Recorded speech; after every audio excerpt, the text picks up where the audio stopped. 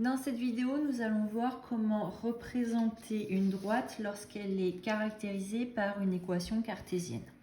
Donc ici D1, on m'a donné une équation cartésienne de D1, on m'a dit que c'était moins x plus 2y moins 3 égale 0. Je vais commencer par chercher un point qui appartient à D1. Je suis libre de choisir l'abscisse que je souhaite de ce point.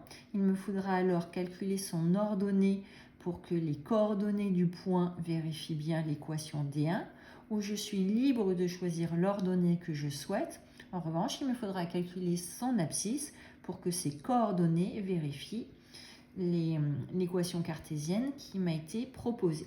Donc là, je vais choisir par exemple y égale 0. Si y égale 0, il faut que moins x plus 2 fois 0 moins 3 soit égal à 0.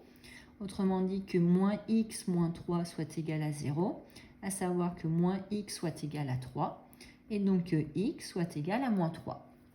Je peux donc affirmer que le point A de coordonnées moins 3, 0, il appartient à D1. Je vais donc aller placer le point A de coordonnées moins 3, 0. Voilà le point A. Je pourrais trouver un second point de ma droite D1 en utilisant cette démarche-là. Moi, je vais plutôt me servir d'un vecteur directeur de D1. Donc, on m'a donné une équation cartésienne de D1. Je regarde quels sont les coefficients A.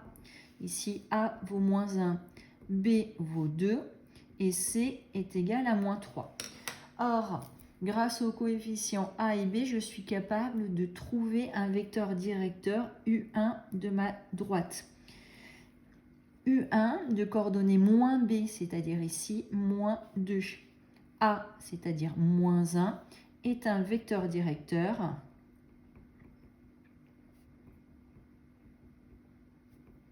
de D1.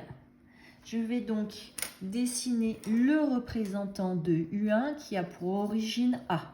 Donc à partir de A, je me décale de 2 vers la gauche puisque c'est moins 2 et je descends de 1 puisque c'est moins 1. Je dessine le représentant de U1 qui a pour origine A et j'obtiens ainsi un second point de ma droite. Maintenant que j'ai 2 points de ma droite, il ne me reste plus qu'à dessiner ma droite.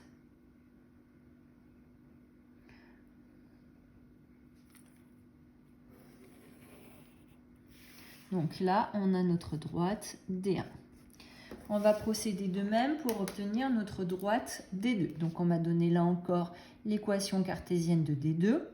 Je suis libre de choisir soit l'abscisse que je souhaite et à ce moment-là de calculer l'ordonnée, soit de choisir l'ordonnée que je souhaite de mon point et à ce moment-là, il faudra que je calcule l'abscisse du point afin qu'il appartienne bien à D2.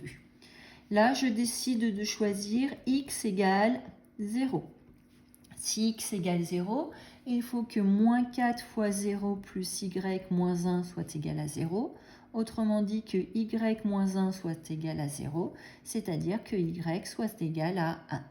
Donc le point B de coordonnées 0, 1 appartient à la droite D2. En effet, ces coordonnées vérifient l'équation, sont solution de notre équation. Donc moins 4x plus y moins 1 égale 0. Donc je vais aller placer le point B de coordonnées 0, 1. Le point B, il va être ici. Maintenant, comme tout à l'heure, je vais aller trouver un vecteur directeur de ma droite D2.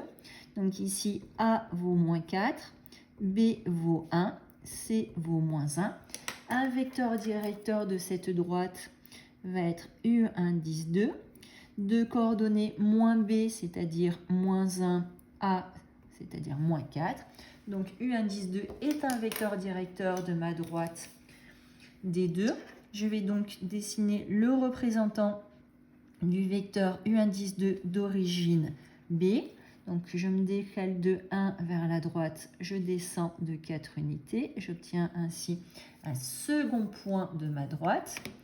Donc là, j'ai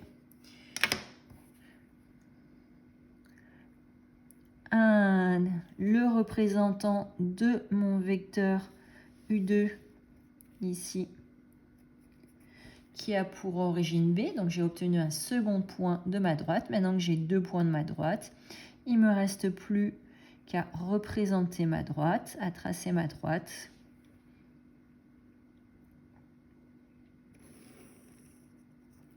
J'ai ainsi la droite D2.